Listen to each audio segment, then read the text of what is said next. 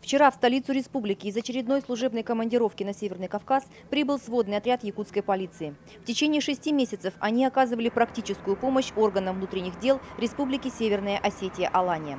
На взлетной полосе аэропорта отряд встречали руководство МВД по Республике Саха-Якутия, начальники служб и подразделений, а также родные и близкие прибывших из командировки полицейских. Командир отряда, майор полиции Станислав Строев, отметил, что костяк отряда составили сотрудники, которые не раз бывали в горячих точках и имеют практический опыт несения службы.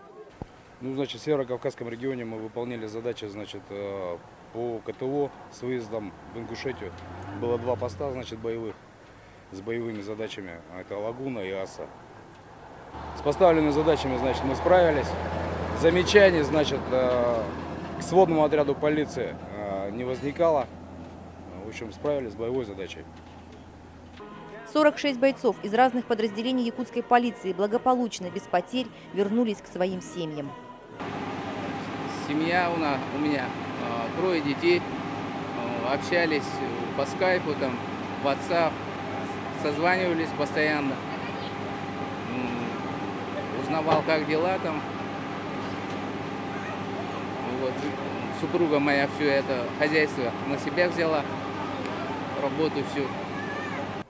Этим же бортом в Якутию возвратилась группа бойцов специального отряда быстрого реагирования, выполнявшая боевые задачи на территории Республики Дагестан. Их встречал командир подразделения полковник полиции Сергей Челищев. Сегодня прибыла группа СОБР, выполняющая задачи в Северо-Кавказском регионе в Республике Дагестан. Все задачи выполнены в полном объеме, потерь среди личного состава нет. Все живы и здоровы. Временно исполняющий обязанности министра внутренних дел Константин Неустроев от имени руководства ведомства и от всего личного состава поблагодарил бойцов за образцовое выполнение поставленных боевых задач и поздравил с прибытием на родную землю.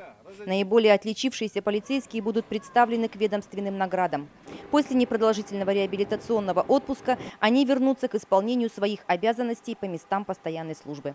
Сюжет подготовлен пресс-службой МВД по Республике Саха-Якутия.